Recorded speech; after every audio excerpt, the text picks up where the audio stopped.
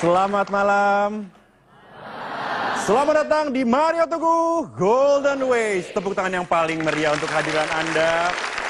Selamat berbuka puasa bagi Anda yang menunaikan ibadah pada hari ini. Senang sekali kami bisa kembali menjumpai Anda. Perkenalkan, saya Uli Herdinansyah. Dan malam ini kita akan bicara dengan episode berjudul Logika Ikhlas. Untuk itu, langsung saja kita sambut kehadiran dari Bapak Mario Teguh.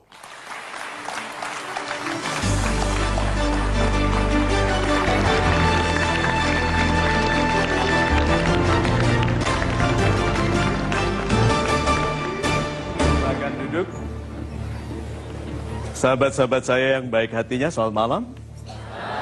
Assalamualaikum warahmatullahi wabarakatuh. Salam sejahtera bagi kita semua dan mudah-mudahan program ini menemui Anda semua dalam kedamaian dan kesehatan. Amin. So, malam ini, Mas Uli, Ya, Pak. sahabat-sahabat saya yang super, kita bicara mengenai logika ikhlas. Karena kita harus menyadari bahwa hati ini mempunyai logikanya sendiri. Agak berbeda dengan logika pikiran kita, tapi hati ini sangat in control. Kita itu mencari uang menggunakan pikiran, kehilangan uang karena hati. Iya. Nah, malam ini kita bicara mengenai logika yang menjadikan kita pribadi yang ikhlas. Walaupun sedang menjadi pelabuhan, hatinya sedang menjadi pelabuhan bagi banyak perasaan yang sulit mengikhlaskan kita. So, itu yang kita bicarakan malam ini. Super sekali Pak Mario, terima kasih Pak. Baik, Pak Mario, pertanyaan pertama, bagaimana masa lalu mempengaruhi emosi kita dalam bisa ikhlas terhadap kehidupan? Masa lalu, sahabat-sahabat saya yang baik hatinya. Yuk, saya tuliskan di sini beberapa perasaan yang memang mengganggu kita setiap hari, yaitu marah, gelisah, dendam, ya, yang ingin membalas itu, yang ingin melukai orang yang melukai kita, dan lain-lain yang menggetarkan hati setiap hari. Sehingga kita itu selalu berkutat dengan ikhlas, lalu orang bertanya mengapa ikhlas itu sulit. Satu, karena ikhlas itu memang harus selalu ada dalam perilaku keseharian kita. Yang saya undangkan adalah jangan ikhlas sebelum terjadi, ikhlaslah setelah terjadi. Contohnya, rumah kita. Kalau dibongkar orang, dimasuki lalu diambil laptop kita. Sudah diambil. Ikhlas atau tidak ikhlas? Itu dia pertanyaannya. Bandingkan dengan mengunci pintu adalah perilaku yang orang yang tidak ikhlas kehilangan. Setelah kehilangan, apakah punya pilihan lain selain ikhlas? Tidak ada. Ikhlas lalu memberitahu diri, apa yang bisa aku lakukan untuk menyelamatkan data. Oh, aku punya backup. Oh, lain kali aku kunci pintu. Oh, lain kali aku tidur di depan pintu. Ya? Jadi kalau begitu, ikhlas itu akan selalu ada, karena akan selalu ada masalah.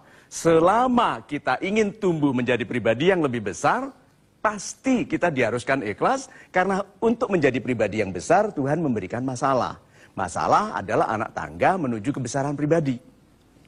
Jadi menghadapi masalah dengan logika yang menjadikan kita ikhlas, itu menjadikan kita segera menerima sesuatu yang sudah terjadi untuk masuk dalam kehidupan yang belum dialami. Mengapa sebagian besar dari kita memilih hidup di masa lalu? Yang tidak ada yang bisa dilakukannya untuk memperbaiki kesalahan.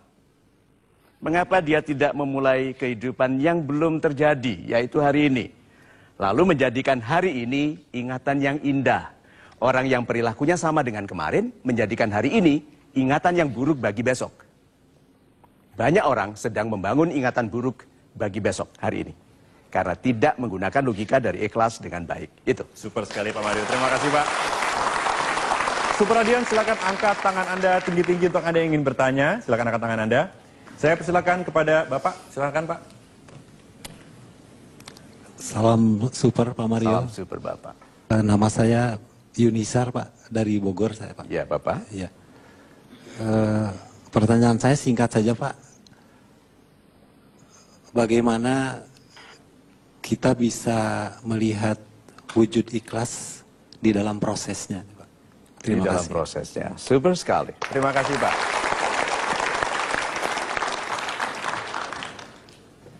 Bapak dan sahabat-sahabat saya yang super, beritahu saya, apakah orang ini ikhlas? Orang ini difitnah, oke? Orang mengatakan yang tidak dilakukannya, gitu, memberikan bukti-bukti palsu, lalu orang ini marah sekali, Pak. Gemetar, giginya gemeretak menahan marah. Dia tahu cara membalas yang merendahkan orang itu, tetapi resikonya merendahkan keluarganya juga. Dia bisa menghukum dengan hanya menunjuk ke orang untuk melakukan sesuatu ke orang itu. Dia mampu untuk menyakiti orang itu. Tapi dengan gemetar badannya, lalu dia bilang, kalau itu yang Anda yakini tentang saya, silakan, Anda berhak bagi pendapat Anda sendiri. Izinkan saya untuk hidup dan memimpin kehidupan saya sendiri dengan bebas. Terima kasih. Super sekali Pak Mario, terima kasih. Sebentar. Orang itu tadi ikhlas atau tidak? Orang itu tadi ikhlas atau tidak? Kita itu selama ini mengerti orang ikhlas itu lemah. Ngantuk, lemes, kelesetan. Ikhlas itu tegas. Ikhlas itu bukan karena tidak ada masalah. Ikhlas itu bukan karena masalahnya kecil. Orang yang hebat itu mengikhlaskan diri. Di atas, bukan di dalam. Di atas masalah-masalah yang berat, yang besar. Dia tetap memilih gagah, bersikap sebaik-baiknya di atas seburuk-buruknya masalah. Karena dia sadar Tuhan memuliakan orang yang memuliakan dirinya. Itu. Super sekali Pak Mario, terima kasih Pak.